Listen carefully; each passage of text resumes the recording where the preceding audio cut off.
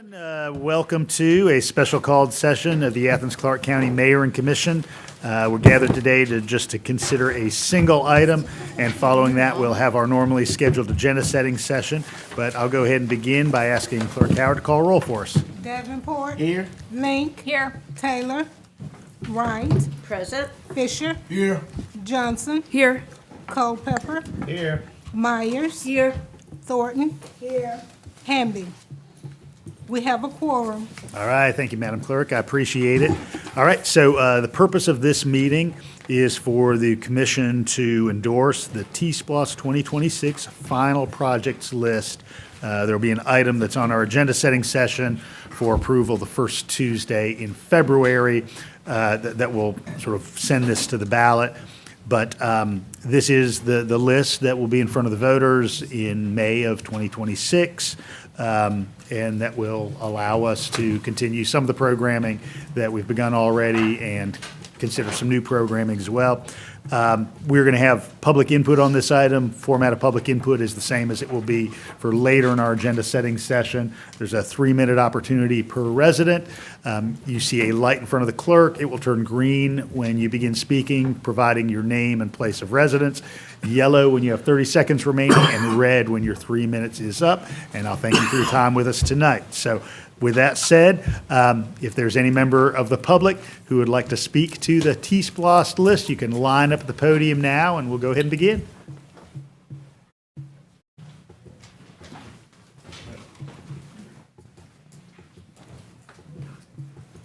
All right. I like how folks are lining up. It's a beautiful thing to see.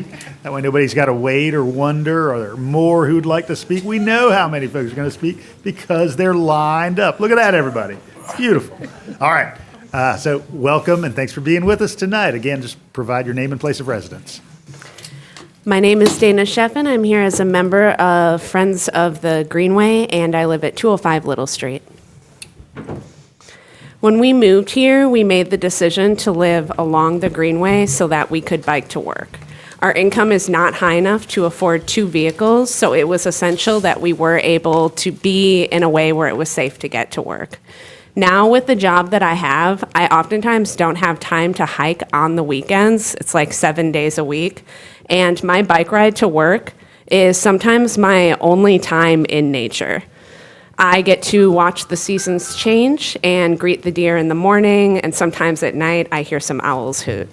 I also get to see others out enjoying these public spaces. I see people jogging, taking care of their health. I see people commuting. I see families walking together. I see friends getting together, and I see people walking their pets. I'm delighted that y'all decided to include the Greenway in this round of the TSPLOST funding, and I look forward to working with you more in the future to continue to expand these essential community spaces. Thank you, Ms. Shetland. Good evening. Good evening, guys. Hi, I'm Merritt Melanson. I live at 260 Willow Run, and I'm also a member of the board of Friends of the Greenway. And I want to say thank you for all the work that you and the TSPLOST committee put into this list. It's a really great list. I know it's really hard to balance the immediate needs of our community and long-term priorities, so I don't envy your decision-making on this. It seems like it would be hard. But I want to say thank you for including a strong down payment for the Middle Coney Greenway in this list.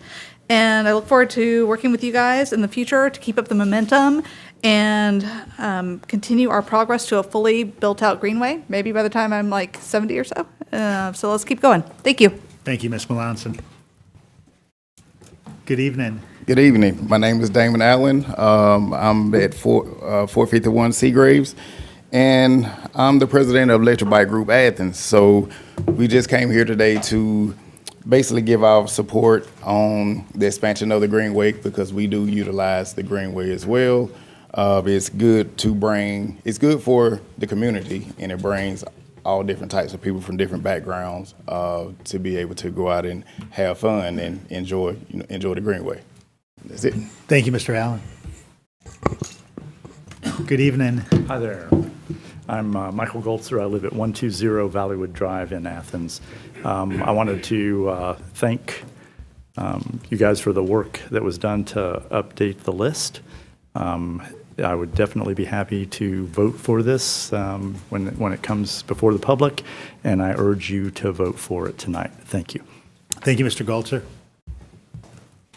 Good Good evening. evening. I'm David Allen. I'm actually the founder of the Electric Bike Group of Athens. It's 3 generations of us ride. I'm the founder. That's my son that spoke before me, and my 7-year-old grandson also ride. So this gives us a chance to do family activities, riding together, getting exercise, and just being out so that you can just be away from the pollution, the noise, meditate if you need to meditate. I do a lot of walking at work because I work for SK Battery, where we build electric batteries for the electric vehicles. I hadn't bought an electric vehicle yet, but I know clean energy is one of the main things that gonna cut down on the pollution and stuff that we got going on around here. So, like I said, just for me to be with my son, my grandson, and my brother, this gives us a chance to do family activities, and that makes it great for us. And I live in an area, I live on 3rd Street. I can go to the Greenway toward Commerce Road. I can go to the Greenway toward Hallmark. So it's a great area for me, and the more they put, the more I get a chance to ride. Thank you. Thank you, Mr. Allen. Good evening. Good evening. My name is Robert Allen, and as you heard from my nephew and my brother, the Greenway is a good thing for a lot of stuff. My mother is 86 years old. She has one of the carts, the hover around. So she don't walk as much, but it's a great thing to get her, and I can cycle beside her. It gets her out the house, and most older people don't want to get out the house, but you with your loved one, somebody that can protect you, and I must say, Athens-Clarke County Police do a great job because we see them out there a lot riding, and the Greenway would be super, super great if we could get it expanded all the way out. Thank you. Thank you, Mr. Allen. Good evening. Hey, I'm also an Alan, no relation, Alan Jones, and I just want to also say thank you. It sounds like this change is going to pass. I really like what has been done in the additions, especially some things on the west side, the Timothy Road, the Greenway and such. And I hope this passes unanimously to send a message to the voters that the whole group supports what's going on with the TSPLOST, and therefore the citizens should support it. Instead of having some performative, hey, it looks like it's going to pass, so I'm going to say no, just to show that I'm standing up for my district. We didn't get enough type of stuff that often goes on here. So appreciate it if it was a unanimous vote. And I especially want to say thank you to Patrick for all the work that he has done, for sticking up for the Greenway and for Timothy Road. Timothy isn't anywhere near your house, but you stick up for the entire city, so thank you. Thank you, Mr. Jones. Anyone else here tonight for public input? Hey, Mr. Sams.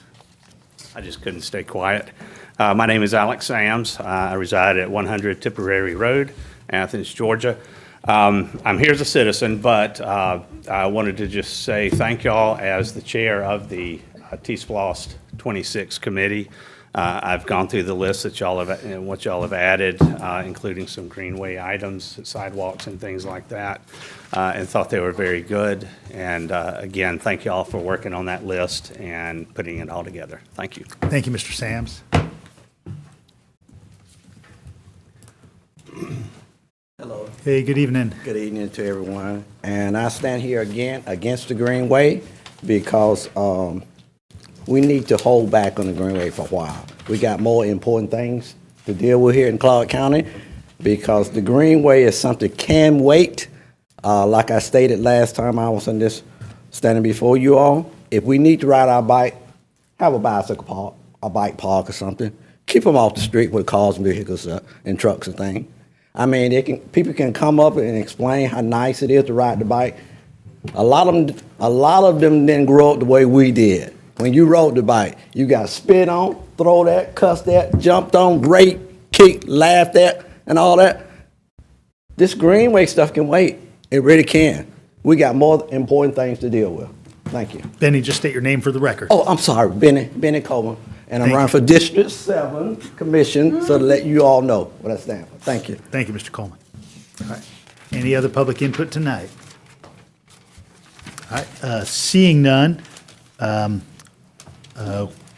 we do need first a motion for suspension of rules, given that this is new business. Do I hear? All right, got a motion from Commissioner Link. Is there a second? Second. All right, I've got a second from Commissioner Myers. All in favor, please say aye. Aye. All right, thank you. All right, Commissioner Davenport, you've been critical in working on this final project list, so I'll ask you to place a motion on the floor. Motion to approve? I'll second, but can I propose an amendment? Propose your amendment, and then we'll see if Okay. the, I would like to strike Project 31, bus shelters at Peter and Gresham Avenue. That project is covered by the East Downtown TAD funds. They recommend bus shelters. And I'd like to allocate that $237,000 towards traffic calming in East Athens for streets that are outside the tax allocation district. We've got a lot of really dangerous cut-through traffic, particularly on Pope Street, Mulberry Street, Dublin Street, Little Oconee. And those streets have no resources for funding because they're outside the TAD, so they have no immediate resources for funding. So I'd like to allocate that $237,000 specifically for traffic calming in those streets outside the TAD and have that Peter and Herring Street project, or the Gresham and Peter bus shelter project covered under the TAD funds, which are much more readily available. And there is much more TAD funding coming to them thanks to the increasing revenues from East Downtown. Commissioner Davenport, is that modification acceptable? No. So, I respect my colleague, but the person, so I try to be equitable and listen to all the commissioners, and I'm confused as to where my other colleague is on the east side. She said she agreed. Did you see her email? She didn't send it about 4:30 today. She sent. It's a relatively recent email. Yes. Commissioner Link She said proposed she- this via email, and then Commissioner Taylor She says she had said that no was objection. acceptable. So yes. All right. Thank you, everybody, for that quick work. Attorney Drake, given that you had previously ensured appropriate language for each of these projects, is there anything else that you would need? No, as long as, Josh, you got that down. I will say, the language you put in the agenda item gives us the right not to change any of the projects, but try and tweak some of the language. I'll give you an example that just came up. Commissioner Myers brought up, one of the titles says Mall Transit Station. That concerns me a little because we don't know for certain it's going to go, there's a good chance, we don't know, so maybe we might just, and I think Bob and I discussed this, take out the term mall because, you follow what I'm saying? We don't. Transit station. Yeah, transit station, just things like that, because we would, of course, share all this well in advance with the commission, but I do think that might be a wise thing. Bob, you got anything to add on that? Yeah, I think if we kept West Side in there to make it clear that it's intended to be that remote, that's fine. I think I too would be a little bit concerned about isolating it with one property that we'd have to, that's what we're working toward, but And given we have a subsequent vote, you don't need that level of detail right at this No, moment? right now, no. Okay. But I just want to state for the Commissioner record, Lincoln, I'll get I had requested that, reallocation of funds in an email on The 10th. January the 10th. And I don't know if it got lost in the endless stream of emails, but I had made that request a while ago. Okay. The one that's in the motion? Yes. Yes. Okay. And then do we need to clarify what Judge just said also with this motion to take No, them because all out? they're going to do some subsequent work for a vote that we'll take in February. we will take mall out, though, I can tell you that. We'll take the term mall out, that's one change. That's an example. But we'll point out, and just put West Side, but we'll point out, it'll be as soon as y'all do this tonight, we're gonna start working on it. Okay. Try and get it out hopefully by the end of the week. You'll have plenty of time to look at it, make any comments. Outstanding. Commissioner Thornton and then Commissioner Myers. I want to ask Commissioner Link, did we check to see if 4th Street was in the TAD district? Were you able to tell? I have not been able to check that yet, but that's a bus shelter project. And I'm bringing it up because I thought that we did a bucket for bus shelters, period. I thought that's what we did. No, there's just this very specific Peter and Gresham bus shelter on the TSPLOST list, so that means that funding could only go to that Peter and Gresham project. But can staff clarify if 4th Street is in the East Athens? 4th Street. I'm bringing that up because one of the residents, and it's not my district, she's been here several times speaking, and I thought there was a bucket for, I just thought there was a bucket for. There's an area-wide bus stop improvement, right? So there is a bucket, and it's, I think, 56. That's area-wide bus stop improvements, and that may be what you're referring to? Would a bus shelter fit that description? I think it would include shelters, Yes. seating arrangements, any of those. It's just not specified to it's not designated for a specific location. So I Okay, believe maybe what- that's why I was comfortable with that. Yeah. Okay. Yeah, sorry, I'm still looking for it. Just give me 1 second. And while Assistant Manager McConnell's looking, turn to you, Commissioner Myers. Yeah, I just wanted to thank Commissioner Davenport for all the work that he's done and the way he's worked so hard on including everyone in here. I think it's important to note that, he and Commissioner Thornton and Culpepper and I put forward a CDO over a year ago. I think that was basically, I can't remember what the vote is, but I think we were all pretty supportive of working to put money towards capital projects and maintenance projects. And still, with this 6th year, I just did the math, and we have just under 60% of the money going to those ACC projects that are long-term capital projects. So I'm really happy about that, as well as including so much with the community and so many of the other projects. And I just wanted to clarify something that I think I emailed about, and this was the Attorney's Office. One of the projects that added, which is much needed, and thanks to Commissioner Wright for really advocating for this as well, the traffic circle on South Millage. But we have something, with Attorney Drake, you said there'd be something in there that qualified that so that UGA would be making its it was dependent on getting the other funding from UGA?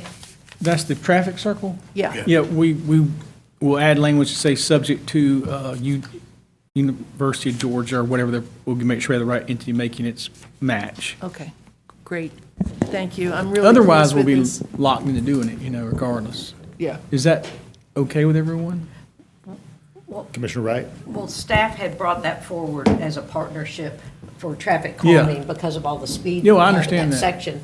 And the university agreed, similar to the other partnerships, like the sewer improvements under the stadium and stuff like that. So however you guys worded that before, it would be moving forward that way as a partnership, which the math, as the details will come forward in the next agenda item. It shows the total amount and how we're allocating half due to that partnership arrangement. For 4th Street, 4th Street is a loop. The inside of the loop of 4th Street is in the TAD, but the outside of the loop. So if you could provide any sort of cross street or address near where you're. You said inside, say that one more time. So, 4th Street creates a loop kind of like this.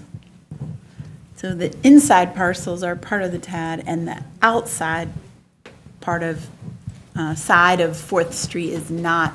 So the inside being like. So there's segments that are immediately off of MLK. On 4th Street. Yeah, sort of the, where you're driving on 4th Street in the Boys and Girls Club, if you come from Bray Street, it's on the inside, right? But Project outside- 56. Will cover it. Would But yeah, cover it, yeah, because yeah. that covers a bus stop improvement anywhere. So Yeah. it doesn't necessarily have to be. Yeah, that was the TAD. rationale for the question is, would a bus stop on Fourth Street be available? It depends on if it's on the inside No, of not for Fourth Street T- or the other side. No, Which not for one? T-SPLOST. The question was, would it be available with T-SPLOST money? Yeah. So- It was Okay, either gotcha. or. Oh, It was gotcha. either or. Okay. And I'm not sure that you couldn't even, if you needed to, you couldn't use some TAD for that also because it's right-of-way that's Yeah. connected to it. But we won't need to because T-SPLOST funding would be able to. Well, I'm gonna let Commissioner Link follow up. I'll just let your constituent know we Yeah, discussed it. Let me. All right, Commissioner Fisher. Yeah, and again, I want to thank my colleague, Commissioner Davenport, for putting this together, for reaching out to us. And I have always advocated for the majority of a commission get something in their district, and I think most of us did. If some commissioners didn't, I hope we can get something for them also. But I do think one thing we need to consider once this passes is do a priority list. How are we going to prioritize these projects and in what order that they will fall into place. So I think that's going to be key to how we do these things, moving forward, and make sure that we get them completed on time and on the budget. So. No, and you raise a great point, Commissioner Fisher. The exercise that staff would take us through following the referendum is that tiering exercise, determining what projects would be bond financed, and then in the highway. And then as developers bring projects, if the volume of activity is such, whether from a new neighborhood or from a commercial entity, often that entity has got to work with GDOT to place a new signalized intersection in place. And so obviously that evolves sometimes based on phasing of a project or based on the ground experience. That's not my question, man. I'm talking about with the what's going on with the loop. I'm sorry if I wasn't clear. Going with the loop and all the construction that we're doing on the loop right now. My question is sidewalks involved in that project on the loop? That's what I mean. Not so much The new loop interchange does have a sidewalk that connects from kind of what's now the mall to Publix. Okay. And so the area that I recommended was from Huntington Road, which is like the Athens Church entrance, to Clyde's Armory, which is 78, that intersection right there. I see dozens of people walking across properties, and I've said this all of 2025. There are no sidewalks on Atlanta Highway at all. And I do imagine that when GDOT completes their project in 4.5 years, there will be sidewalks. But I welcome the reimbursement process, or just confirming that. If I had to choose a project, I mean,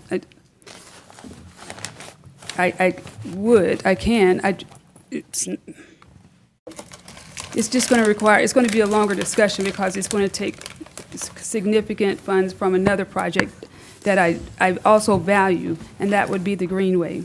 I value the Greenway. I love the Greenway. I used to live in states where I participated and walked and biked as well.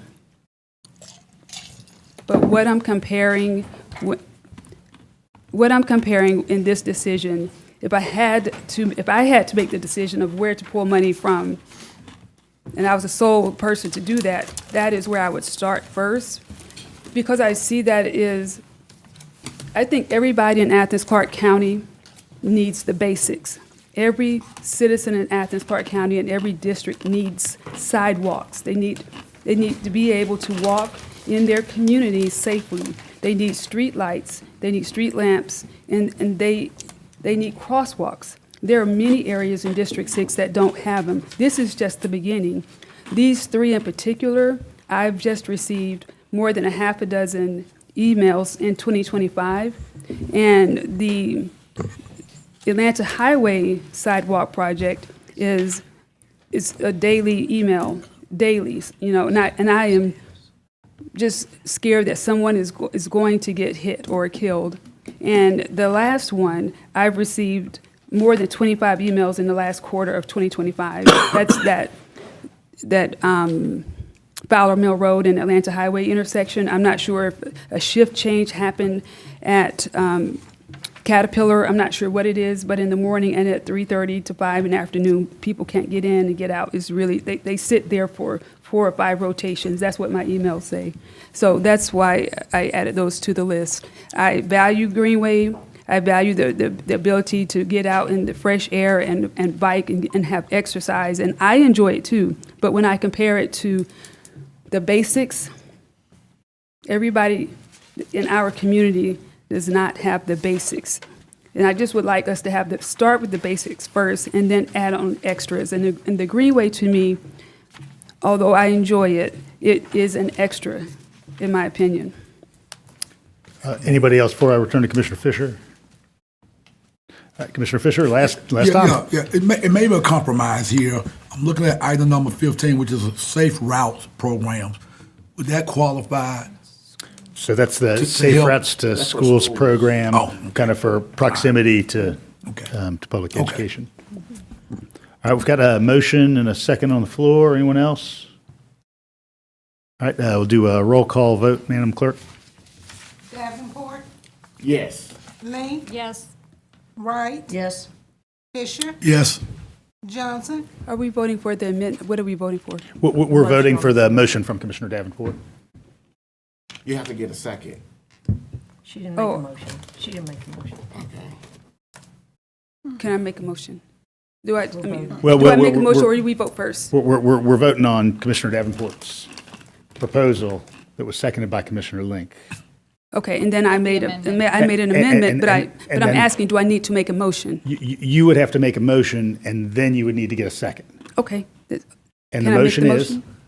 To add 3 projects that are in District 6. The first one being the Quailwood Sidewalk Improvement Program. The second one would be the Atlanta Highway Corridor from the Huntington Road to Highway 78 Sidewalk Program. And the third one would be a traffic signal at the Fowler Mill intersection with Atlanta Highway.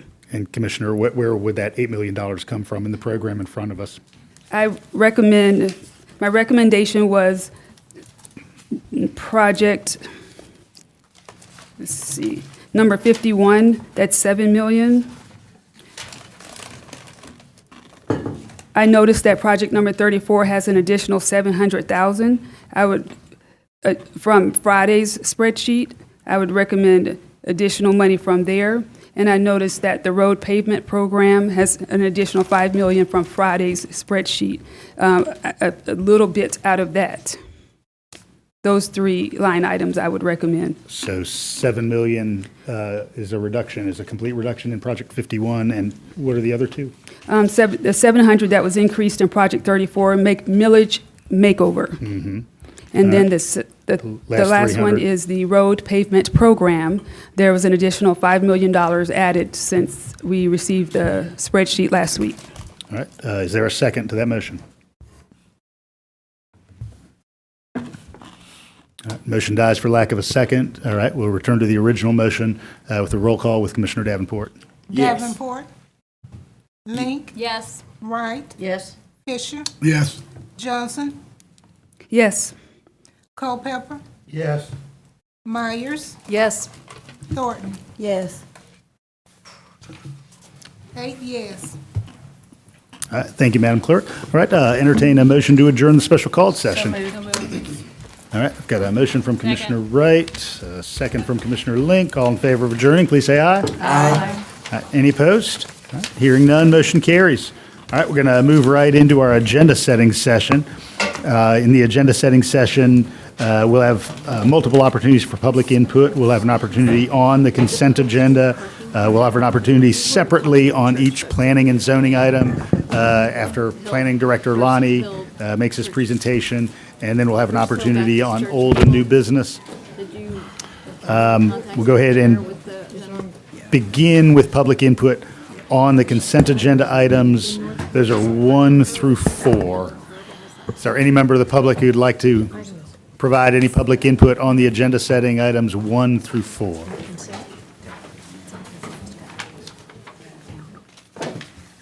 All right, is there any commissioner who would like to remove 1 through 4, any of those items from the consent agenda? Number 2, please. All right, I'm going to remove 2. per Commissioner Link. Any others? All right, seeing none, we'll go ahead and set up so that Planning Director Lonnie can give his presentations.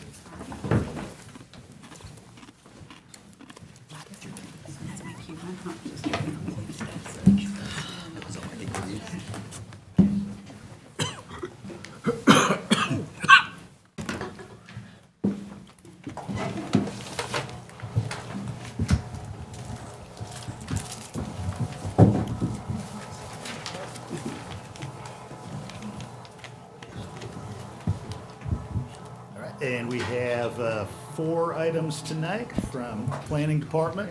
All these have been heard by the Planning Commission at their recent meeting. And so we'll have a short presentation from Planning Director Lonnie, opportunity for public input, and then commission discussion on each item. All right, here it comes. It's like a Polaroid. Nice. All right, thank you. First item from the Planning Commission meeting of January 8th is a special use request for 210 East Cloverhurst Avenue, Unit 2. You will note on tonight's agenda, we have 2 items that are special uses for short-term rental, for commercial short-term rental, I should say. And I just want to make it clear, those were applications that the Planning Department had already received prior to the text amendment. And so procedurally, these are reviewed using the code that was in place at the time that the application was made. So that does not include the recent text amendment that removed the special use permit process for commercial short-term rentals. And I think these will be the last 2.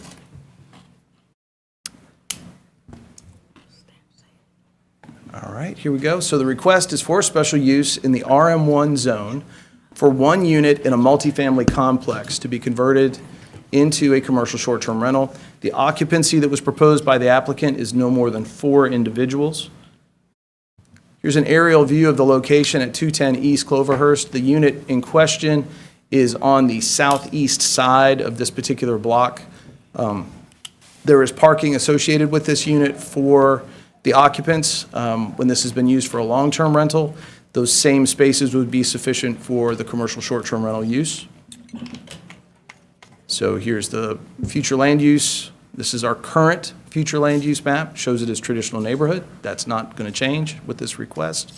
What's in question is that additional special use approval, and that's what's indicated by the triangle there on the right-hand side, the underlying zoning being RM1, the mixed density residential. Here's another view that puts that in context. We have some photographs. So here's another aerial that shows where this is. These were submitted by the applicant, and they do show the front of the unit and that parking area that's adjacent off of Cloverhurst. Here's some pictures of the unit itself, from the side, from the front, from the rear. You'll notice the grade change there between the buildings, so there is really no connectivity between this block of units and those that are further to the east. Staff's analysis is that this is incompatible with the 2023 comprehensive plan, removal of housing from the market. The future land use map, zoning map, and ordinance do have compatibility and opportunities for it, but it does not meet all the special use criteria.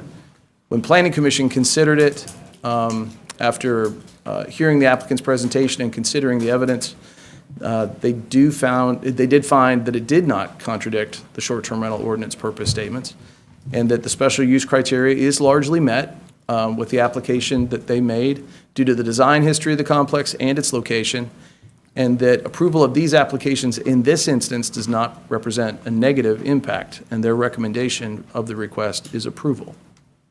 That ends the staff report. Thank you, Bruce. Is there any member of the public who'd like to speak to this tonight? And again, just say your name, place of residence, and then you have 3 minutes. Thank you. My name is Wayne Loban. I'm joined by my wife, Abby, tonight. Our primary address is 1062 Reedsboro Road, Williamson, Georgia, near Griffin, for those to help you place it. We're the owners and the applicants of this property. We purchased our condo in March 2010 as housing for our children when they attended UGA. When they graduated, we kept the condo as a perk for a second residence. We love Athens. Abby is also an alumna, and we love our second home here. We and our family continue to use it to enjoy UGA and the different things offered by Athens, you're all familiar with. We've offered as a short-term rental since 2021. At that time, we looked for options to generate income to offset the ever-increasing cost of keeping a home. And due to our personal use, long-term rentals really don't fit with how we use this property. Short-term rentals are workable. To that end, we made our offer, and we've been fairly successful with it. We offer a nice, quiet place with a great location, very convenient to UGA. First of all, I'd like to address some of the negative things about short-term rentals that are often addressed that we've read in these meetings. First one is on changing the neighborhood. This neighborhood has not changed since 2010. Certainly hasn't changed since 2021 or any of the other short-term rentals have entered into the area. Parking, I think the gentleman addressed the parking. Chadsworth Commons has a dedicated lot, permit only. Noise is another common issue with short-term rentals. We set expectations for our renters, and we've had no issues. Football weekends are for friends and family. Our short-term renters are adults, usually parents of UGA students, alumni, often with having some sort of attachment to UGA in some way or another. These are desirable, delightful visitors to the Athens community. They enjoy the convenient location near UGA. And also the nice features that we hope we offer as a short-term rental. We love our Athens home. We continue to keep it. We haven't offered this as a long-term rental for a long time, for a number of years. If short-term use is approved by this body, we benefit, but so do the renters who come in that would like to have someplace convenient to UGA, within walking distance of UGA, 5 Points, and we think we offer that. Accordingly, we request this body approve the special use permit so we can continue to offer our condos a short-term rental as we've done responsibly for the past 5 years. Thank you for your attention and for your consideration. Is there any other member of the public who'd like to speak to this proposal? All right, seeing none, we'll come to commission discussion. This is in District 10. Of course, Commissioner Hamby is not with us tonight. Would anybody else like to make any notes? Yeah. Commissioner Fisher. Just from the, how many other condos are in that particular area? Do we know, Bruce? I mean, that's attached to that particular area. I don't know the number off the top of my head, but the applicant may know. If not, if you don't, can you get it for me? Do you know how many are in the entire complex? 21. It's 21 in the complex. Okay, thank you. Okay, thank you. Any others? The address in there, come on. But that doesn't tell us. All right, Bruce, we'll move on to the next one. Okay.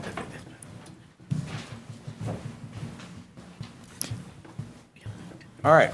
Next item is also a special use, but for a different reason. This is at 420 East Clayton Street.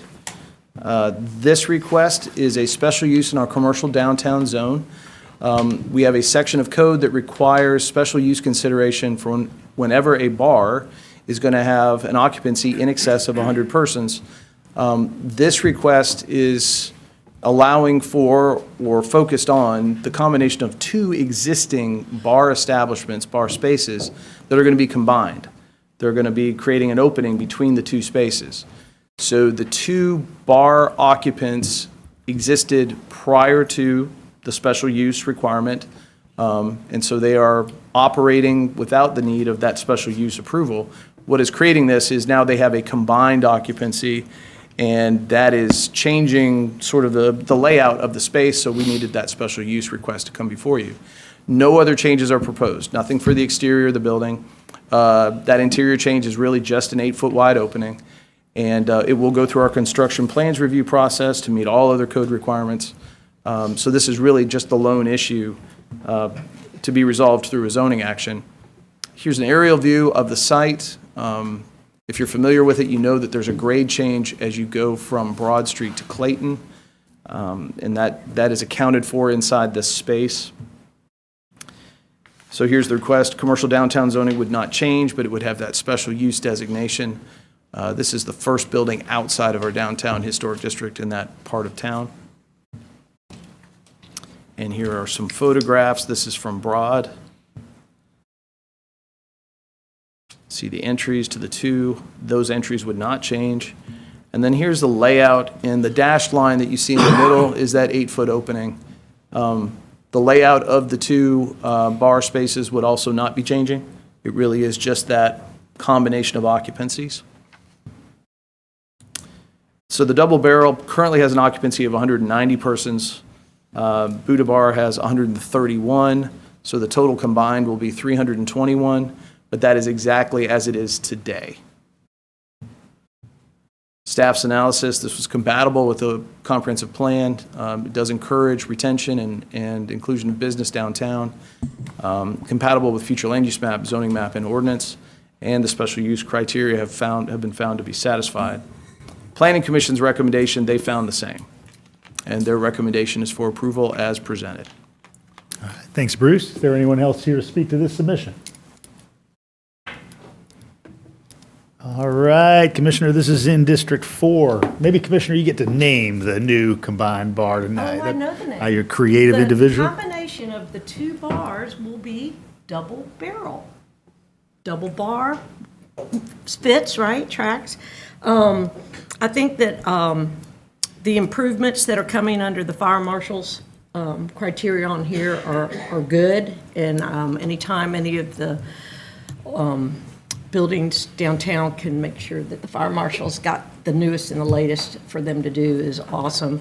I think, too, that this might also help with what might be perhaps overcrowdedness that's happening. I think some of the venues downtown are having the larger groups with of events happening, and so this will allow them to have more room for people and possibly improve the business. And this is a long-standing, both of them, I think, getting rid of the Buddha Bar, I'm not sure if anybody will cry about that, but I will let y'all know if I hear anything one way or the other about this. But I appreciate the details that are already in here with the fire marshal in particular for that. And it is interesting how it talks about it being Clayton, and again, that's just the address, but this is not changing anything on the Clayton side. Right. And the report is got good details about that if you're curious how that is, but it's all about the topography, but it'll still be on the Broad Street side. Anyone else? Commissioner Link? So Bruce, if one of these establishments were to go restaurant, would they have to go through this process at all? Mm-mm. So this is just because of the bar. I mean, my concern about, allocating this much street frontage to what is purely a bar is creating this dead zone downtown, this daytime dead zone. We see that on a lot of Clayton Street, and we kind of drafted this ordinance to discourage those kind of mass drinking establishments that only cater to a nighttime crowd. We want to encourage some daytime vibrancy to downtown. If this establishment were more open on the inside and were going to be, a music venue of some type, I might be more prone to, would have some cultural contribution. But as it stands, I'd rather see, this venue offer something that caters to a broader aspect of the public. I believe they have foreign and domestic beers. Commissioner Davenport? Yeah, thank you. So they're just tearing down the wall, Just a small portion of the wall. the small portion of the wall, and all the restaurant side is going to stay the same, and the bar side is going to stay the same, correct? There is no restaurant. Both function as bar spaces present. Okay, I don't go downtown like that, so I'm not familiar. I thought you said there was okay, never mind, thank you. Sure. What one more comment. Commissioner Wright? This is sandwiched in between two of our well-established Porterhouse Grill and De Palma's, so it's not that it is it's a diverse and variety of offerings there with it. And this is the same owner, so it's not like it's changing hands with an opportunity for a new business plan. Always remember this is the sneakers block of Broad Street for the long in the tooth. Anyone else? All right, we're going to move on to item 7. Okay, this item is another special use. This is for a commercial short-term rental proposed for 249 5th Street. Let's see. Special use in the RM1 zone. This is a single-family residence. The request is to convert that residence into a commercial short-term rental. There was no occupation limit proposed with the application. Here's an aerial view of the property. Frontage on 5th Street is at the you can see it at the bottom of the screen. There is the future land use map. Traditional neighborhood is that designation. That would not change. Zoning remains RM1, special use designation. And this puts it in context as well, but shows you that there are no environmental areas in the neighborhood. If that was a concern, we would be bringing that up about the use with regard to creeks and floodplains and things, but there's nothing in the area. And then here's a site plan. The site plan notes a new addition. That addition has been built. So this was something that was submitted prior for permitting, and that work has been completed. But this is the representation of the footprint of the property. Just that new addition exists. So here's another view of it. This is from the tax assessor's information. Here's a view from 5th Street of the property as it exists today. Staff analysis and compatible with the 2023 comprehensive plan, removal of the housing from the market. Future land use map, zoning map, and ordinance. You can find it compatible with those through other means for short-term rental use, and it does not meet all the special use criteria. Planning Commission recommendation after reviewing the report and the application and hearing testimony from the applicant, Planning Commission found that this contradicts the short-term rental ordinance purpose statements. Because this is single-family detached housing, I think they saw this as a difference. They did note that in their discussion. And short-term rental is allowed by right on the property through the home occupation application process. And that the special use criteria, although largely met when looked at in isolation, there's a cumulative impact of these commercial short-term rentals putting stress on the housing market. So with this being single-family detached, it was reviewed against that. And so the recommendation is denial. Thank you, Bruce. Is there anyone here to speak to this tonight? All right, Commissioner Link, that's in District 2. Yeah, I would tend to agree with the Planning Commission's determination.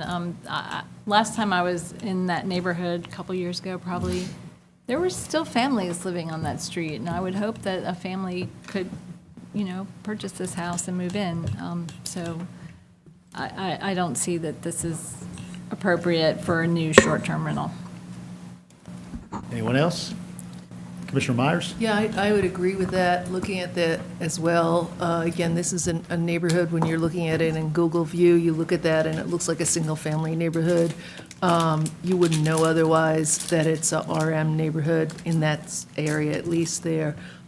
So I concur with the Planning Commission's vote and my colleagues' opinion as well. All right, moving on to the encore presentation of our future land use map. All right. Give me just a moment and we will pull that presentation up.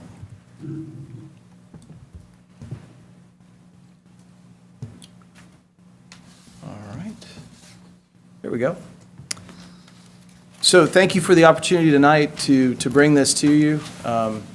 This is coming to you with a Planning Commission recommendation. So it's moving through the process the way a zoning item would. It is not held to the zoning item timeline. So this was heard by the Planning Commission and acted upon at their August meeting. In the time since August, we've had a joint work session between the Planning Commission and the Mayor and Commission, which Staff appreciated, the Planning Commission definitely appreciated. We felt like it was a very productive opportunity. And so at that work session in October, towards the end of October, there was indicated that we would have time with commissioners, unfortunately, over the holiday months, which is difficult. But the manager's office worked with the commission to set aside opportunities to talk with staff, but more importantly, to talk with representatives of the Future Land Use Steering Committee. And so we've got a slide in here that kind of helps summarize those conversations, but definitely want to thank all of you that took time out to talk with us and get your questions on the table and give us some feedback. It was super helpful. What I'm going to do tonight, and I've got a lot of slides. I'm not going to linger too long on many of them. There are some of them I want us to talk about in more detail. But I want to get through the presentation and then entertain questions. We can always cycle back to a slide if that's helpful. All right, so our existing future land use map, I think we want to make this really clear. The last time a future land use map was in front of you in totality was as part of the comprehensive plan in 2023. But that future land use map looks strikingly similar to the previous future land use maps that we've had on the books, 2018, 2013, and so on, in 5-year increments. This is the first opportunity that we've been able to really dig in and revisit our land use policies for the future. And so what is proposed is something that is still like other future land use plans, not zoning. This is future land use, and we're looking at these things from a high level. This is a wish list. This is a North Star for making decisions on many things. Zoning is one of them, and we would write changes to our zoning code, and we might have changes to our zoning map based on the future land use map. But this future land use map does not automatically create those changes. It's a resource for those future discussions. It's also a resource for us to look at infrastructure, sewer, water, streets, transit. It's a resource that's not just used by Athens-Clarke County. It's used by the school district. It's something we share with the university as we coordinate our growth with their growth. It is a resource that we use from an economic development perspective, and this helps us when folks are looking to come to town. Where is the community looking for those things to happen? Whatever it is that they develop, this is their first stop in trying to make a decision about a location for coming to Athens. So future land use allows for multiple zoning categories to align with what that prescriptive thing is, whatever that category may be. It is broad-based, but because it is parcel by parcel in Athens, we can get down into some fine-grained decision-making using this map. The other key thing that's different about Athens-Clarke County that's worth saying again, we have an ordinance that allows for our future land use map to be revisited whenever there is something that comes along that is worthy of changing the map. If there's a development that we didn't anticipate as part of this process that suddenly makes sense, there's a way for us to bring that to you, and your first step is to amend the future land use map before entertaining whatever that zoning action is. So we're really fortunate. Our future land use map doesn't sit on a shelf. We constantly look at it every month, and we do that with your help. So the big ideas for the next 20 years, worth revisiting these again. Whoops. The growth pressure isn't going to go away. Athens is a desirable place to be. Folks want to come here, whether it's to live here or to work here or to retire here or to go to school here. Athens is going to continue to grow. Our estimates, based on past history, and we have nothing to show that it's going to change, is it's on the order of 30,000 plus new residents over the next 20 years. So that's the horizon of this planning effort, is through 2045. The other big idea is that we need housing variety. We need increased housing availability, particularly if we're going to make a dent in affordability. And what this map tries to do is put opportunity on the map as a policy document for us to look at how to address variety and availability and put it in appropriate places. And then last but not least, we've got expensive and aging infrastructure. We have to look at those things in the next 5, 10, 15, and 20-year increments. This map has been coordinated with our public utilities folks in particular to stage those decisions and make sure that we're putting growth where we currently have capacity to handle it, but also where do we need to look at improving that capacity to handle and grow appropriately. So why go through it as a community-based process? This is a very Athens thing to do. I'm very proud of it, where we could do this very, very quickly using state standards. We don't. We go through, and then we talk to the folks that live here. We make sure that folks have fingerprints on this plan. And we do that so that everybody can feel comfortable about determining where development can occur, to understand what are the trade-offs for these land use patterns that we're talking about. Not everything is a zero-sum kind of exercise. If we look at our corridors for growth, that is change on those corridors. Let's talk about what that might be. We wanted to have an active discussion about affordability and quality design can both be achieved, and we had that conversation many, many times. And then always we want to remain mindful of who is going to be affected by these issues. This is not something that we take lightly, and we make every effort to look at our land use policies from an equity standpoint as well as an efficiency standpoint. I can tell you these priorities were very much in the forefront of the mind of the Future Land Use Steering Committee that was appointed by the mayor and all of you. So why go through it now? That's another thing we heard. Could we not wait? A couple things. Our current map is outdated. The bones of our current map really date back to 2000. And we can be proud that we did a lot of the things that we set out in 2000 to do. It's time to recalibrate. Second, this future land use map was a part of the comprehensive plan that was adopted as a work item in 2018. We just didn't get to do it. Cards were kind of stacked against us. We had some big things happen in 2020. And as we were tooling to do this work, we found ourselves retooling to do the work of government. So 2023 was our next best chance to put it at the top of our list as a work program item, and we hit it. And then this new map is going to inform some very key decisions of Athens-Clarke County. Capital investments, some proactive zoning standards and development regulation changes, and then guidance for not just us, but for our partners, our community partners, to help address the things and guide the development that we want to see. So we've shown you these guiding conditions. We still believe them to be true. There are things that are rigid on the map that we have protected. Our environmentally sensitive areas remain protected. Our built environment is where we see the beginnings of some things that we can manipulate, but we want to make good use of. We've spent a lot of money to put in the infrastructure that we have in this community, and we want to maximize that investment. So that's not just public water and sanitary sewer or roadways, but it's also our greenway. It's our trails, it's our parks, it's our schools. How do we put people close to those things and make good use of that infrastructure? And then the part that's the easiest, and it's relatively easy compared to the other two, but where we have the opportunity for change is on the policy side, the planning side. And so this is one of those opportunities for us to, like I said, recalibrate. So we had a pathway to get there. I won't go into the detail on this. This was a part of your packet.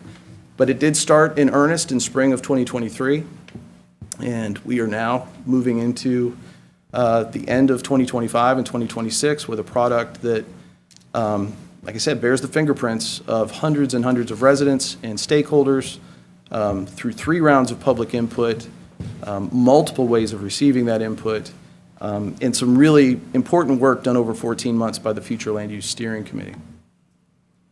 That steering committee used these principles to help work from the growth concept map that you all have seen, and that growth concept map was interpreted into the map that you see before you in the chambers here tonight and that was in your packet. 5 principles that we held really close, and this was a source of discussion and sometimes argument, but these were sort of those touchstone things that we kept coming back to, and these came from the community. So focusing development on our corridors and where those corridors intersect, and making sure that we're focusing on the areas that are ready for transformation. Not just anywhere, but someplace that is in need of change and can support that change. Minimize our sewer expansion. We have a precious resource there that we need to treat very seriously. So to make sure that we grow capacity within our existing network was a premium that we put in front of all these decisions. Third thing, traffic was a concern. Every single time we had a public meeting, folks were concerned not just about the volume of traffic or the delays they have in their travel, but the opportunities to use something other than a vehicle and to be able to have a reasonable chance to walk or use a bus. And so we came up with 3 sub-strategies or 3 sub-principles that addressed that. Make the trips shorter by adding commercial and destination uses close to where people live, and then the flip side. Put the people closer to those destinations also, and find opportunities for growing residential opportunities where we maybe have something today that is purely commercial and maybe aging out and ripe for transformation. And then also thinking about connections that aren't just a street. We say add street connections, but those street connections also came with sidewalks. They also came with pathways. Improved lines of sight was another thing that was talked about. Now, that's a little bit beyond what a future land use map can do, but that is a priority that is set up in here. 4th guiding principle is to plan for incremental growth. So not looking for that one big sweet spot development that's going to handle our growth for the next 20 years. This is something we want to see gently done in a variety of locations and making sure that where that growth occurs, they have infrastructure to support it, specifically sewer. And then the 5th guiding principle really is in 2 parts. Continue to be environmentally sustainable with our decision-making, which we do a pretty good job with. But this time also think about fiscal sustainability. And we did engage with a group out of North Carolina to look at strategies for how land use and fiscal sustainability can kind of work together. This is a quick reminder about the timing of the discussions that we were having about sewer capacity having synced up with this land use discussion, which was super important. This is the map that was, you all have seen it. Staff shared it with you at a retreat. We have some parts of our system that are constrained. We have areas that we have to remind ourselves that are outside of our current service area. Not all of Athens-Clarke County is served presently by sanitary sewer. So where we have capacity that is readily available is in green on this map. Now, what you're also seeing on this map are some dots and some odd shapes that are orange or yellow, or some of them are blue and they kind of disappear. That's our growth concept map. And so that's where we had that high-level view that wasn't parcel specific, and it helped target the notion of where we can handle growth, and it does fit within the area that we currently have sanitary sewer. There's that growth concept map. There's the result. So as the Future Land Use Steering Committee started their work and they got up to speed with understanding infrastructure and the various things that are pushing on our land use, the very next step that we moved into was coming up with categories. You've seen this image. On the left, we have our current future land use categories. That's what's on our map today. And the steering committee felt pretty strongly that there needed to be more nuance to that. There were things that were a little too large and hard to understand because they were so broad. The government category was one of those categories. It got broken into 3 subcategories: education, parks, and open space, and government, because we still have some things that are purely government uses. That's a good example of the types of changes that the steering committee made to make the map something that is a little more intuitive, that somebody can pick up and make sense out of, and you don't necessarily have to call a planner to sort through it. We're happy to do that, but if we can help you get through it a little bit on your own, that's always better. We have a number of other categories that were broken out that looked at the nuance of neighborhood and residential development because we were wanting more variety on the map. The steering committee was trying to find ways to get that into something that we could implement potentially through zoning category changes and zoning standard, development standard changes. We looked at those future land use categories as a group and broke them into character types, use types, intensity. We thought about how close buildings could be, how tall they could be, how much lot coverage, what kind of activity is in those buildings. The design of those was talked about. That is something we anticipate taking up as we look at zoning amendments and development standard amendments. And then we recognize the fact that we've got areas in town that you go to every day. We've got areas of town that you may go weekly or monthly. And then you have some that are just sort of special visits. How our land use works together to think about those things that you may need every day versus those things that you need once a year or once a month played into the discussion of how to amend our future land use map and produce the one that's before you. So this is what was proposed. And if you do a quick look, I guess it doesn't look that much different than our current land use map, but it is significantly different. I'm going to walk you through some of those changes. One of the concerns we heard as we were going through this process was, we're going to change too much. We're opening the doors for all kinds of development. 30,000 sounds like a lot of people, and it is a lot of people, but it is over 20 years. And one of the things that was held up as a priority for the steering committee is to not inflict undue change on those established areas of town, particularly residential areas. So we created some mapping that showed how much change are we really talking about. And so the areas in white on the future land use map are where we had a direct translation of our current future land use map to the proposed. And so 73% of the map came off. So we ended up with 27% that is changing in some way. Now, one of those changes is that government zone being split into 3 categories, and you see those on the map. You see UGA and some of the school properties, they are in dark blue. You see the parks, they're in that teal color. And you see a pale blue in there for government uses. That is not a change other than the fact that we took one category and broke it into 3. So it's really that kind of change. So let's take that off the map. If we take that 10% off the map, we're left with 17% that is changing. I want to point out the areas that are sort of in the pistachio green. You see them outside the sewer area. Those are neighborhoods. Those are existing agricultural, rural zoned, typically neighborhoods. We wanted to recognize that these neighborhoods exist and give them their own category. And so rural residential is the category that the steering committee decided was appropriate for those. It now has its own description. And the purpose of this is honestly to protect those and to recognize that they are not farm fields. They are not pasture. They are not forest. They are neighborhoods. And so they got their own category. So that's not a change. It's really a recognition of what's already there. A lot of these places have been built and been in place for 30, 40, and 50 years. So if we take those off the map, we're down to 6%. 6% of the new map is a substantive change to the map. And if you look at where those areas are, you're going to notice it's largely along corridors like Atlanta Highway or Hawthorne or Lexington Road or Gaines School Road, Arnott Shoals, Newton Bridge, the intersection of 29 and 72 out by Space Kroger, or out by the mall. That's important. So the notion here is that in order for us to have additional carrying capacity for the future, what we're looking to do and what we're prioritizing is redevelopment along these corridors. Not in neighborhoods, not in existing places where folks are, but in places where folks typically aren't, and trying to make these hospitable and give them a future. And there we are. We resulted with that map.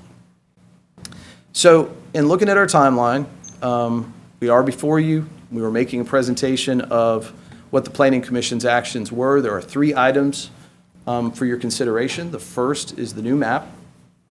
Second are the future land use categories that have been reworded with largely by the steering committee. And the third is the compatibility matrix that's in our code, and this is something that is unique to us. This is how we translate future land use categories into zoning categories. It's a tool that we use every month when we come before you to show what is a type 1 decision, which gets a longer review, and you have 2 votes, or something that's a type 2 decision, which means it aligns with our future land use map. It gets a shorter review. It gets a single vote. And there's that matrix. We do promise to do something that's in color, something that's easier to understand and maybe a little more fun to look at, but that is sort of ordinance format for the purposes of y'all's consideration. So those conversations that we've had since October, like I say, they were really helpful. And categorically, the commission feedback that we received is that housing affordability and availability are still a concern. How does this map do this? And so we did talk specifically about the types of varieties that our current future and land use doesn't provide, and that this map tries to anticipate. And obviously our next step is to write some code to actually bring it about, make the wish list a reality. Future land use maps relationship to zoning decisions. That was a thing that we kind of got to talk through. How do the mechanics of this work? And we had really good discussion. There were a couple of you that really dug into your districts and looked at the compatibility matrix and tried to play out scenarios for if this map were adopted, what would that mean for the choices that would be available for zoning districts? We feel like we're still in good shape with those. We feel like we're in the ball game with how those things would translate, but it was really good to have that conversation. Third point is that infill compatibility and redevelopment compatibility is a high order thing with our existing neighborhoods. Do not put something on the doorstep of an existing neighborhood that is inappropriate. Don't let the future land use map oversell a concept. And so in those discussions, when we've talked about that, and y'all have seen some proposals, recent, some within maybe the last year and a half, that have sought to put together infill proposals or redevelopment proposals right next to neighborhoods. And it's been a hard discussion to have. It's been hard to understand how that fits into the whole. It's been hard to look at the nitty-gritty of traffic impacts and visibility and light and noise. What we want to do is, with this future land use map, if it were to be adopted and be in place, it allows us to take a really educated next step in writing zoning and development standards that address those concerns and making things far more prescriptive. The fourth point is precisely the need for zoning code reform. Almost every commissioner that we talked to expressed, we would talk for future land use for a minute, and then we were quickly talking about zoning. And that makes total sense. Zoning is what drives these decisions. Zoning is the legal tool for telling folks how to build what can be viewed by right, and those things that require special consideration by you. It's time for us to look at those sections of code and make some changes. And we absolutely acknowledge that. So in front of you tonight, what you have is the map that's on the easels, this map that's on the screen. I can get into more detail. I can dig in a little bit in more finer grain in certain parts of the community. But I definitely want to answer your questions. And we are in that moment where, following agenda review, but then looking towards a voting session when this might be brought for consideration, are there things that you need information to help clarify, or are there other things that you want to discuss? Thank you, Bruce. Is there any public input on future land use discussion?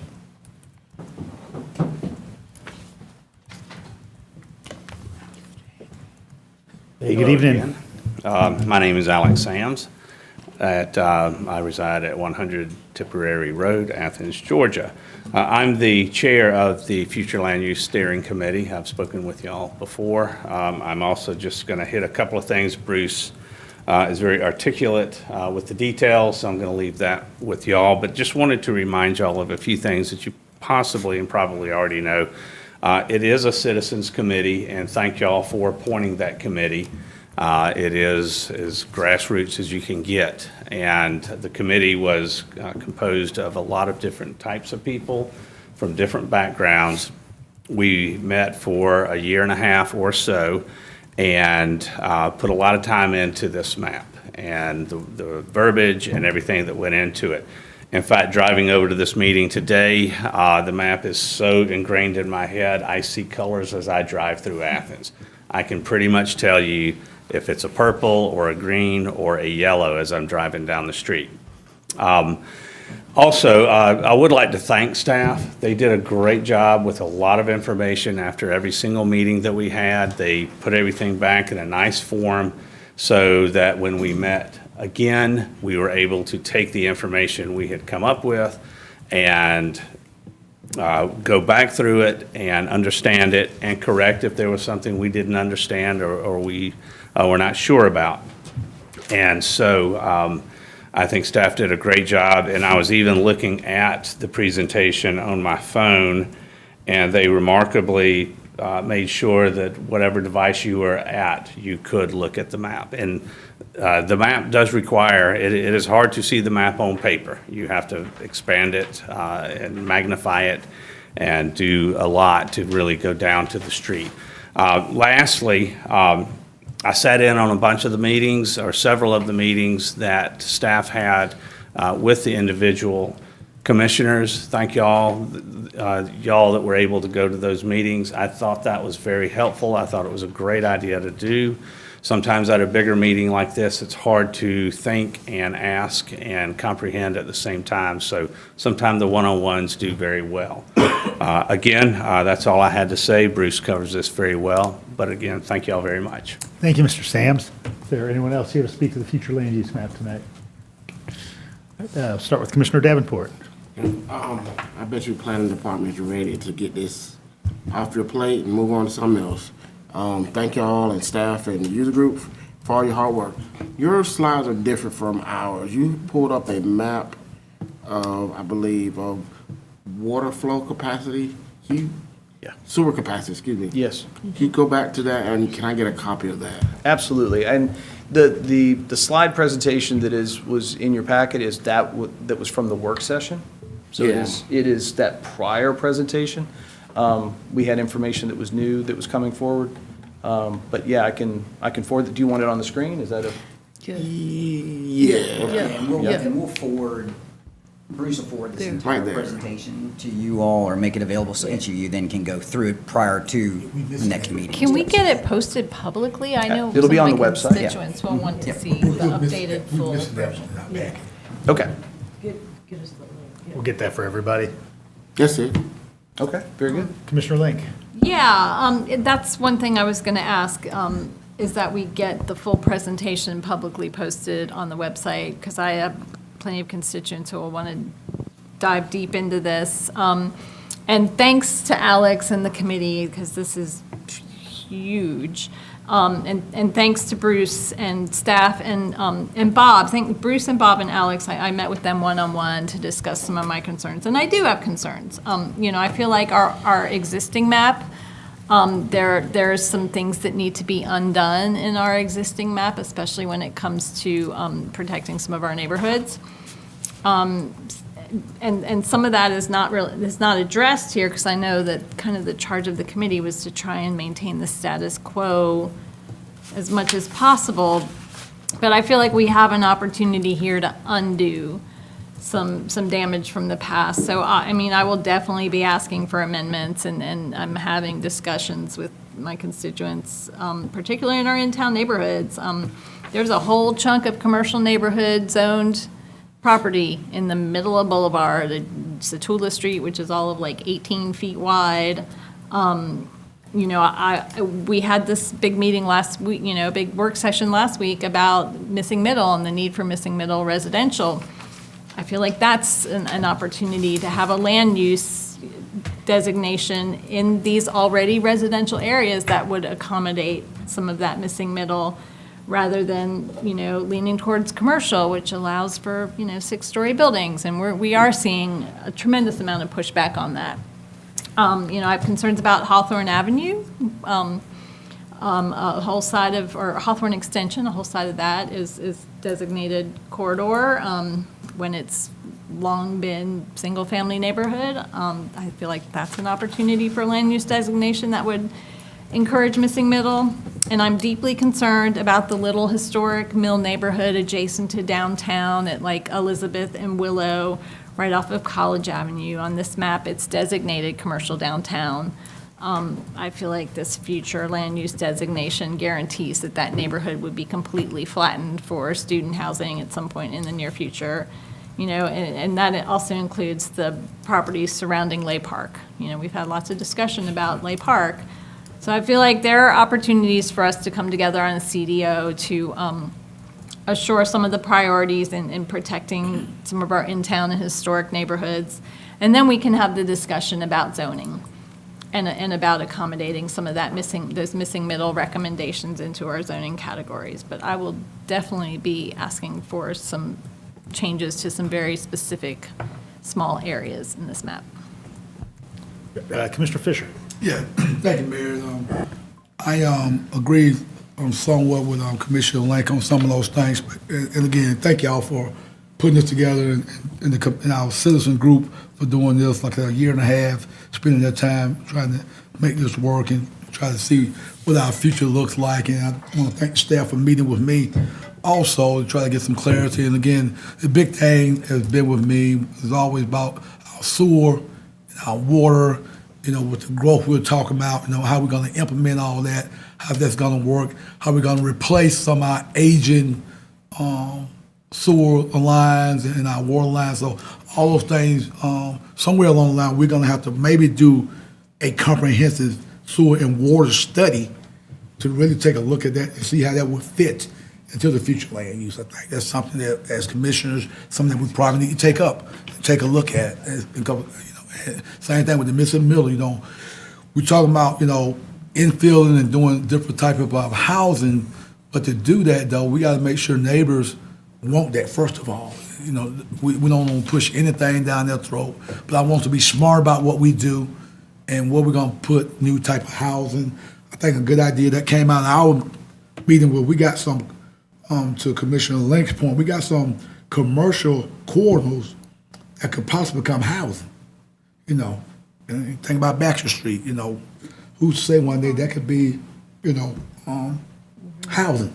So again, I think that's some of the things that we need to be looking at as commissioner. And I think, we really, there should be a lot of ideas about how we're going to do housing and how this is going to fit into our community. And I always have to remind people, we're the smallest geographical area in the state of Georgia. So we just got to be smart about when we talk about putting housing and how that's going to fit. And we bring in 30,000 people by 2045. That's over 200,000 people into this area, and then where they're going to live.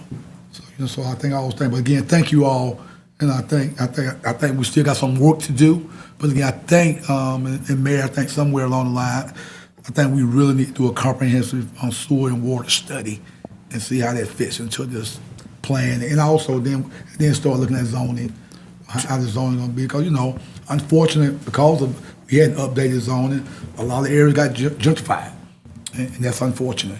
When you got neighborhoods that were there, then you put in student housing there, and those people had no relief. And if I had to really think about it, that didn't happen in other neighborhoods. Why it happened in the African American neighborhood? So we got to correct some of those things that's been going on over the last 20, 25 years of that. So yeah. But thank y'all again. Again, yeoman's job, Alex. And I understand when we have citizen groups putting this together. And I think sometimes I think our community needs to know that our citizens was involved in putting this together. All of us from the commission, we appointed members from our district to serve on this, and I appreciate them doing that. But this is a big undertaking, and I think it's important that if we do this, we need to do it right. Make sure that we can accommodate what's going to happen over the next 20, 30 years. So, thank you. Pertinent two questions about our sewer capacity. I asked Manager Cowell to talk a little bit about the work underway right now in our service delivery plan, which is that plan for either extension or expansion of our capacity. Yeah, just by, and some of you know this already, but just by virtue of kind of how the calendars are sort of unfolding and where this particular effort is with future land use, around this same time, we're bringing forward the service delivery plan for water and wastewater, and that does exactly what's being talked about, which is what are we planning on doing over the next several years in that area to ensure both that we're taking care of the assets that we already have, and in many instances that means replacing lines that itself will give us some capacity, some of those red areas you see on the map turning to where they can accommodate growth, and also where might we be appropriately expanding service areas so that we can pick up new service areas. Those should be, when that plan comes forward to you all, you should be intentionally looking for the overlaps between those to see that they reinforce one another, that the future land use plan aligns with the plans we have for the service delivery plan for water and wastewater, and also that the service delivery plan actually aligns with the future land use map, because they really do need to have that reciprocal relationship with that.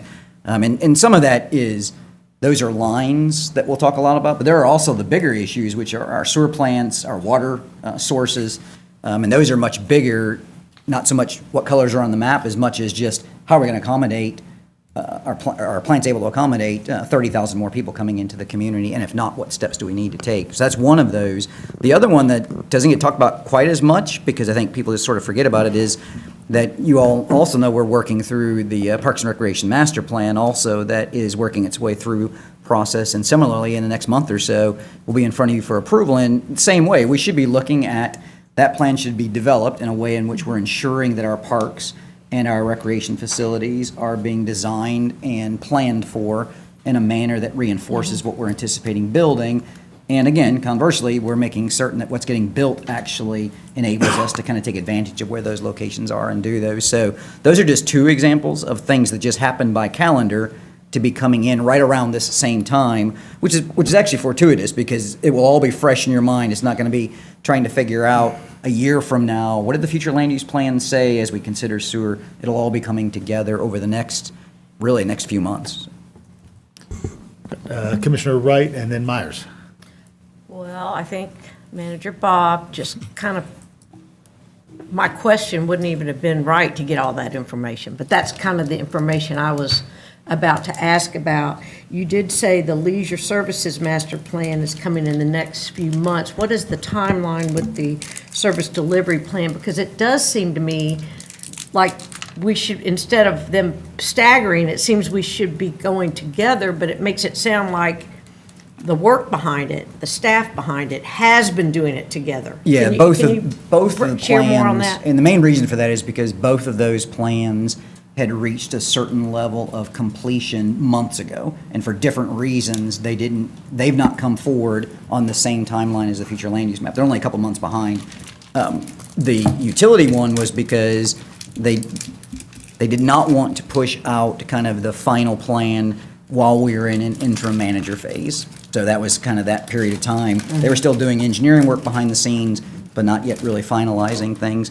The Parks and Recreation Master Plan actually had to do with the project manager for the consulting team had some fairly significant family issues that they were still working through that allowed us to kind of continue to refine items. But I think it's anticipated like February, March, I think, is for both of those. For both of them. Yeah, So- so I mean, we're quite close to both of those coming forward with it in there. And that, again, that's not necessarily always the case. I mean, typically, your future land use map really is what leads it. You get that piece done based on what you know, and then often you're building those other plans based on that future land use plan. It just happens in this case, we're able to review and kind of sort of assess all of those together in time. Right, and a growth or a extension of what's currently existing is obviously logically happening versus a jump to a new area. Right. And that sort of thing. But I also want to make sure, I know that the septic tanks are not part of our service delivery, but they are a reality for us to be planning around and for, whether it's the education of it. And I would hope that we we talk about it, but having more to making sure, whether it's rebates, I know some communities in Georgia do rebates to help with the maintenance of the septics, because we don't need the community, in my mind, to be footing a sewer line when it's cheaper to help people maintain the sewers, the septic that they have. So will that be it probably won't be necessarily a deep part of the service delivery plan, because that's really focused on what we have pipe-wise plants and Right. stuff in the ground. But there are a couple of other basin studies that are working their way through the process where, Sandy Creek Basin, for example, where that is front and center, because when you're in the basin and that basin is partially served and mostly not served, questions, and the future land use map will serve a part of this, is where might it make sense to extend services because we need those services to achieve what's in the future land use plan. Other cases might be where would we extend services because there's just no solution to the existing septic systems that aren't working. Or where might you not, because some of the steps you're talking about might be more efficient to keep the existing septics working and there's no desire to accommodate growth in that area. Could be for environmental reasons, it could be for other reasons. So I think those basin studies will be likely to answer those in a much more fine-grained kind of detail than what the service delivery plan will. And I remember that previous discussions about this, the Sandy Creek Basin was indeed environmentally correct, sensitive. Yeah, and part of the reason to why, go there. if you look at that basin in the future land use map, is why you see some of the designations that aren't there, because we're really acknowledging that piece of it. And yet, that basin also has the reality, there are some growth areas that might make sense, and there are definitely some areas with septic systems that need attention. So that'll be part of those kinds of discussions, and definitely, I'm guessing those are, year-ish kind of away from those getting into the level of detail where we can start making, where you all can start making some pretty definitive decisions around those. Right, right, because it seems to me too, understanding that and the value of the homes and the percentage of investment that would have to come forward to even attach to an extension of the sewer versus the more feasible way that it could be a maintenance thing. But I had thought that we could push this a little bit further out to wait on those others. Yeah. But I think I might be convinced at how you guys are doing it together, even though, but. Yeah, and again, I think it's somewhat a coincidence of calendar that has occurred. I Yeah. think, to Bruce's point, some folks kind of view this as, aren't we ahead of where the next update is for the comprehensive plan? And in reality, we're actually a couple of comprehensive plans behind. And so we're trying to get that done. And the real reason to get it done is so that we can actually, with that foundation, work with you to advance on those zoning district changes, the zoning language changes, and really make certain that these other plans that I just talked about actually are grounded in some kind of overarching policy that's contemporary, not 20 years old. Right, well, and because we're behind in the terms that you're saying, I also don't want us to try to do 2 jumps ahead. And like I said, when we met, let's do an increment change instead of multi-increment changes to not make up for lost time, because I think that's where, especially in my district and some of the examples that have come forward, it is scaring people a little bit about big changes. But actually, there are areas that are zoned for big changes. They haven't happened yet. Yeah, and I think without the map changing. And I think it's a really notable point is to remember that without the map changing, every single parcel in the county is zoned. And so some of that still has development potential as it is right now. And so folks need to kind of remember that. The other piece, to your point, I think is one of the reasons why the committee was as constrained as they were in trying to make sure we could figure out how over the course of 20 years, 30,000 more residents could be accommodated, but we weren't looking at how do we accommodate 60, 70, 80. That's not, so it's kind of constrained in that way. The other piece too is, and this is the piece you control most directly, is, as Bruce has pointed out, this is ultimately how future land use could change over the next 20 years to accommodate 20 years worth of growth. The timing of individual actions largely rests with you all, because almost all of those require some kind of rezoning. They require some kind of investment in sewer or water. So sometimes I think folks get concerned about these because they anticipate immediately something's going to change. The reality is the market's not going to change that fast, and you have, if you will, kind of a break to sort of guide that as it goes forward. So don't forget the time element attached to these, because it really is anticipating over the course of 20 years decisions being made. Thank you. Commissioner Myers. Yeah, and I guess my comments and questions are kind of building on these last 2 things for clarification for me and my colleagues. One is, first of all, I have to say to my colleagues that I am depending upon you all to be looking closely at your districts here, because so much of this you have to have a pretty intimate knowledge of, like the ones, what Commissioner Link, thank you, was pointing out there. But, and also what Commissioner Davenport was pointing out with the sewer over there, I wanted to, maybe you could use this as an example. If you go back to that sewer map again, or the slide that we all are looking at with that. And I know one of the areas that I was going to ask you all about, and I'm just going to go up here to show my colleagues here, is this part of Gaines School and Barnett Shoals in here. I think that's right in here. I can't even tell. Yeah, in there, right in there, along here, where there's grade and it's changing. It's part of that 6%. Now, is that in that red area? That looks to me like it's kind of in that red area, and you're telling me that the service delivery plan, like Commissioner Wright is saying, like, should we wait till we see this? But you're telling me that you're all like looking at this together. Yeah, and I two answers I would give to that. One is, and I think, Bruce, am I correct, that this is a map that was created a couple years ago? About a year ago. About a year ago. So Yeah. while still remaining largely as this, some of those have actually improved because there's been small modifications that have freed up what the capacity issue was.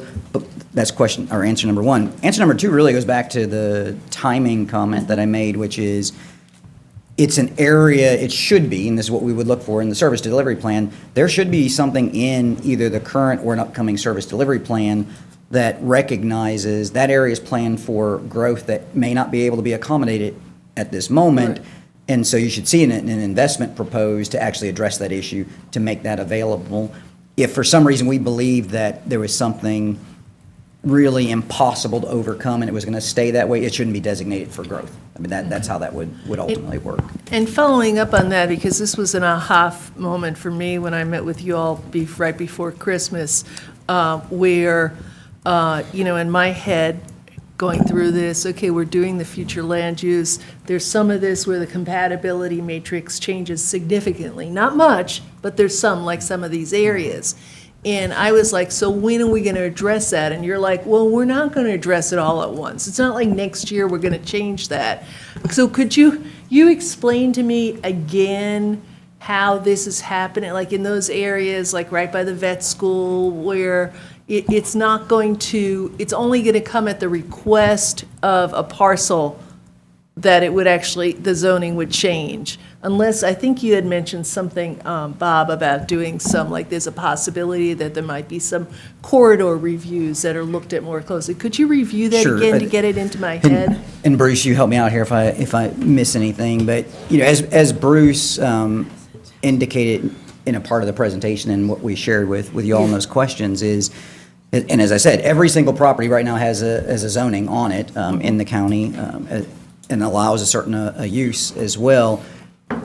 But in order to change those, it requires action by this body. And so that's almost exclusively going to come through individuals who own property coming forward to you after going through the Planning Commission, seeking a rezoning of that property.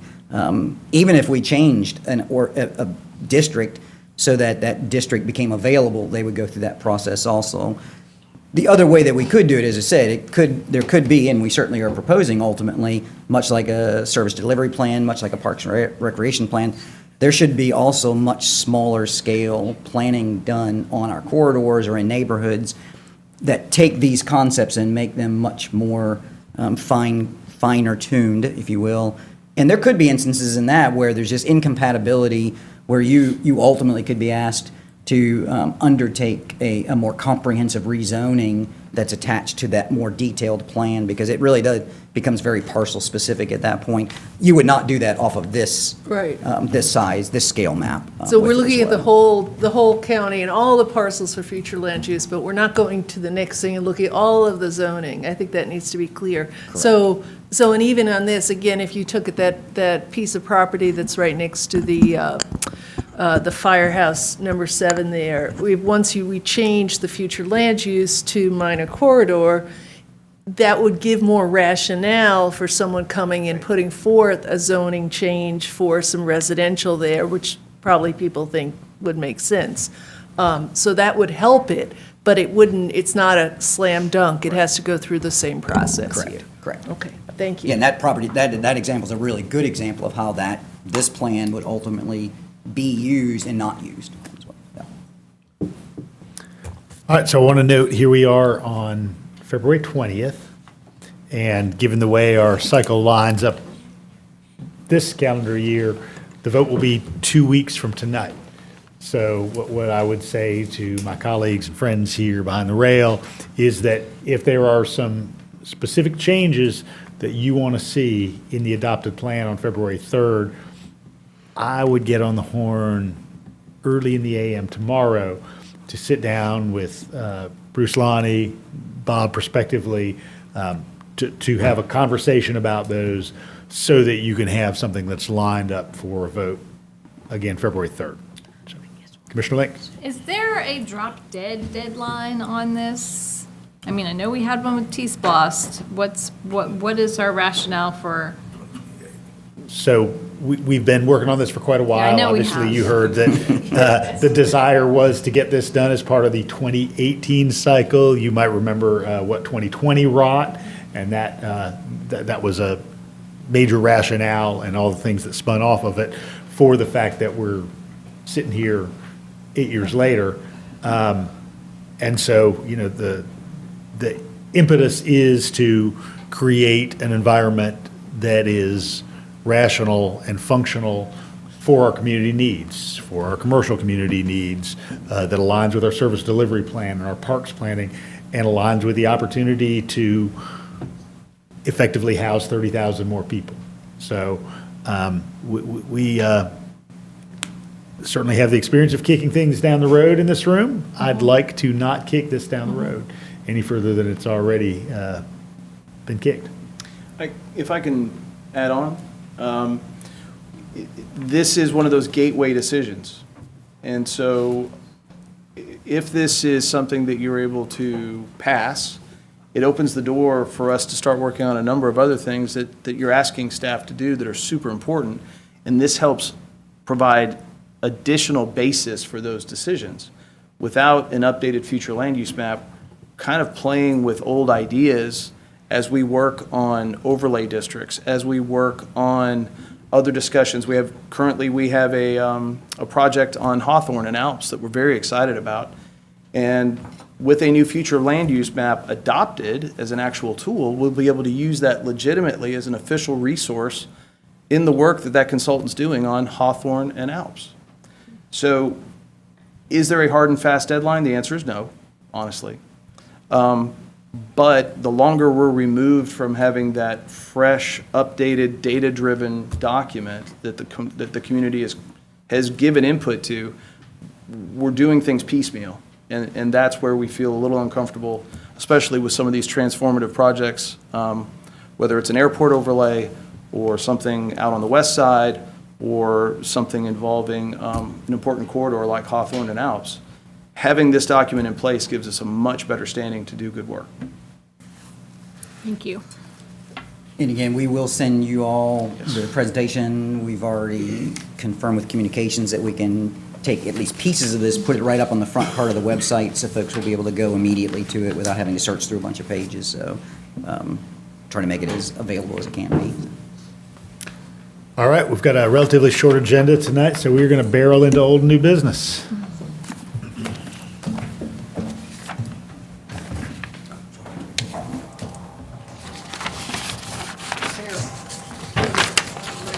Double barrel. Double barrel.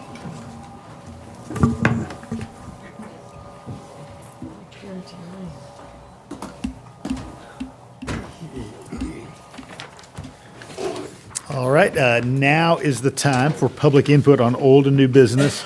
And so that is item 2, which has been removed from consent, and items 9 through 14. So is there any member of the public who is here to speak to any of those items?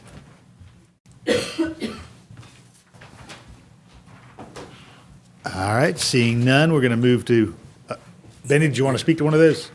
No. Okay, all right, have a good night. All right, so we're going to move to commission discussion, and we'll begin with item 2. Commissioner Link, you asked for this to be removed. This is the North Pope Street parking prohibition that would approve prohibition on the west side of North Pope Street from West Broad to Reese Street.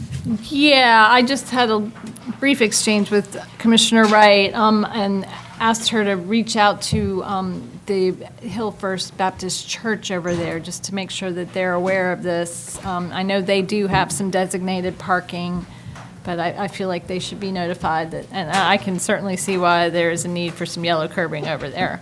Had a lot of student housing in that neighborhood, and this is an example of what I've been talking about.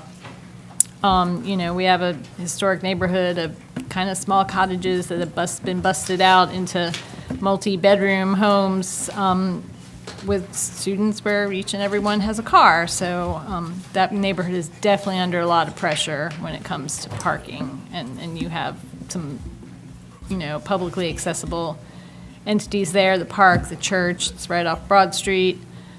But yeah, I'm going to share some contact information with Commissioner Wright. Commissioner Wright? Yes, I had done some work requests, trying to get some help in this area, also by Reese Park. And so, since this was on the consent, I sort of missed it. So I'll do some more homework and get some contacts, and also get a better understanding of what staff does on their outreach. So that we've got no surprises. But there's a lot of asking for relief over there, and so we'll do a little homework. Yeah, and certainly, in addition to being a very narrow road, there's a pretty steep slope there as you approach Pope Street too, coming off of Broad. Anyone else on that? Leave that off for discussion? Yeah, Okay. yeah. All right, we'll move on to old business. Number 9 discusses what we spoke about a couple of months ago, which is relocation of mill houses at 110 Puritan Lane and 1060 Macon Highway for future affordable housing. Of course, as you know, we had a lot of discussion about the significant cost of potential relocation and renovation of those houses. My admonition to the commission today would be what it was in December, which is that if we want to put those dollars into affordable housing, we do that in a more effective manner in which we could just simply house more families than just housing 2 families with $1 million. And I think we've got some opportunities for that, even given some property we own, the property across from the health department on Harris and Hancock is an optimal location where we could get some townhomes or cottages at a much less expensive price point per square foot. So, anything on that? Commissioner Link? I have mixed feelings about this. I mean, I voted against the Puritan Mill project primarily because I didn't want to see those houses demolished. And the prospect of moving them, made me feel a little bit better. I really wish we had required the developer to contribute to some of this cost. The core project developer is paying to have the Hoyt house removed. I just wish we'd had a little more foresight in the approval of that project. Commissioner Fisher? Yeah, have you had any more, I know there was Commissioner Thornton's, one of her projects she wants to see done, so have you spoken back with her at all about this? I have. I've relayed what I just said to her as well. Okay. Item 10. All right, we'll follow up next meeting. All right, item 10 is authorizing the abandonment and disposition of Puritan Lane Road and associated rights-of-way, actually directly connected with what we just spoke about. That right-of-way would become part of the development as it no longer connects to any separate parcels. So, any questions about that one? Consent. Does it, I think because this is an abandonment of right-of-way, this has to go through 2 cycles of public hearing. Yeah. Yeah, so we just have to leave this on. so we leave it for public comment That's twice. right. So, yeah, Twice. the public has a lengthy opportunity for input, including this month and next. Okay, so tonight doesn't count for that. It has to be a voting. meeting. Right, it's at the Okay, public Teresa. hearings. Question. Commissioner Link? Is the developer paying it all for this public right-of-way? Is there an exchange of funds so they can take possession of this?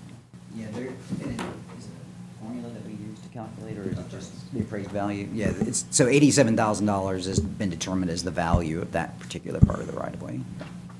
I wonder if we could apply that towards the moving of those houses, possibly soften the blow. Certainly, if there are revenues, we can designate those revenues. If you'd like to put those into the Affordable Housing Trust Fund, that's an opportunity. Yeah, I mean, I would like to see us, specifically in these votes, apply the funds that we would be getting from the developer, to make up for abandoning the right-of-way towards the relocation of those mill houses to the property that we already designated. I mean, that's just me. I don't know how. Commissioner Davenport, and then Wright? So this is for Judd. Legally, they're not responsible for those mill houses, right? No, they're not. We could, well, I guess Commissioner Lincoln's saying we all could decide how y'all want to use the funds. I don't know if it's enough to move them, though. They're expensive, right? Yeah. But they're not legally responsible, no. Yeah, that Commissioner was Wright? not part of the vote for the approval of that project. Commissioner Wright?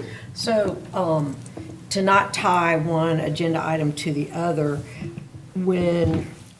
for this agenda item 10, what'd you say, $87,000. So can we designate that goes to the Affordable Housing Fund? That's an opportunity the commission Where, could take. where does it go now? Right now, it would go to the general fund, I imagine. So that would just be minor It actually goes into road maintenance. road maintenance. And, and yes, I would agree if you wanted, to designate it into affordable housing and, if ultimately, if that was to include any potential relocation of houses, but that way at least you're not limited to just that one action and then you're kind of stuck. Yeah, no, I was thinking the fund, but I also know that road maintenance is an issue that could have more money going to its fund too. So both of those sound like good options. Thanks for clarifying that. Anything else on 10? All right, 11 is somewhat similar. We've got some historic rights of way that would be abandoned in the core of downtown. I can speak to that one. That's in connection with the core project. These are just right-of-ways that were never open, have never been used. And so to clean up the title, we need to abandon those. And that was also referenced in the agenda item. It's same issue. So are we getting compensation for those rights of way? Is that part of the It was all MOU? part of the overall development agreement with the land exchange Okay. component Yeah, it stuff, was. so. It was all baked into that agreement, okay. And this is just the formality of the abandonment of that. If anybody would be interested in taking a look at the road grid from 1960, I've got that map. There's a lot of It's interesting to Yeah, look I at. was just, Mr. Mayor, on the road abandonments, you only have to have one public hearing. Oh, Yeah. I And appreciate one that. public Great. hearing and a minimum of 2 legal ads running the paper ahead of the public hearing. So, and we do currently, and I think Ronnie for clarifying that, he texted me. I looked at it, and I thought, and the public hearing will be on February 3rd before the vote. Oh, thank you. Yep. That's helpful. Two ads ahead of the public. 2 hearing. ads and then a public hearing. And that's for 10 and 11. Yeah, that's what's required by Georgia law. For Yep. 10 and 11, okay. For 10 and 11, yep. Anything else on 11? All right, moving on. Item 12 is a request from the Clerk of Superior Court for supplemental adjustment and the addition of the Tax Appeal Administrator Supplement. You know that many of these state-designated positions come on an unusual cycle, and this is one of those. Can we put that on consent? Everybody okay with 12 on consent? All right, 12 is going on consent, friends. Thank you much. All right, 13, this is the resolution calling for the imposition of the TSPLOST 2026 program and intergovernmental agreement, sort of correlating with the decision that y'all made tonight. No, we can't do consent. Do we have to T-SPLOST, not for approve the- T-SPLOST. Can, Yeah. We can? can 13 go on consent? Yeah, It can, yes. we can, yeah. Put it on there. Why wouldn't we? Okay.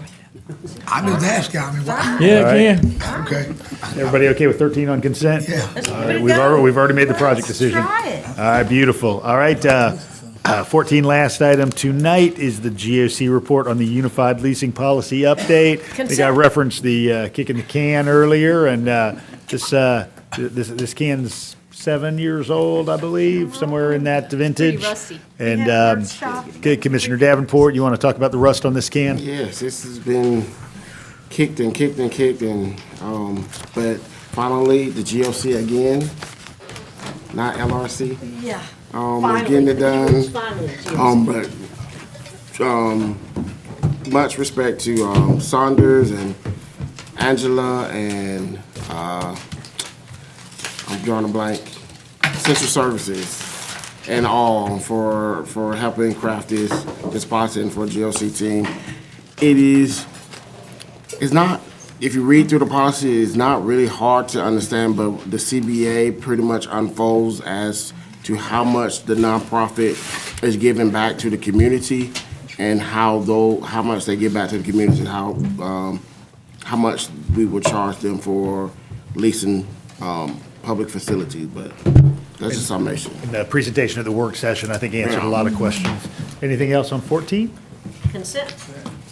Is everybody okay with 14 on consent?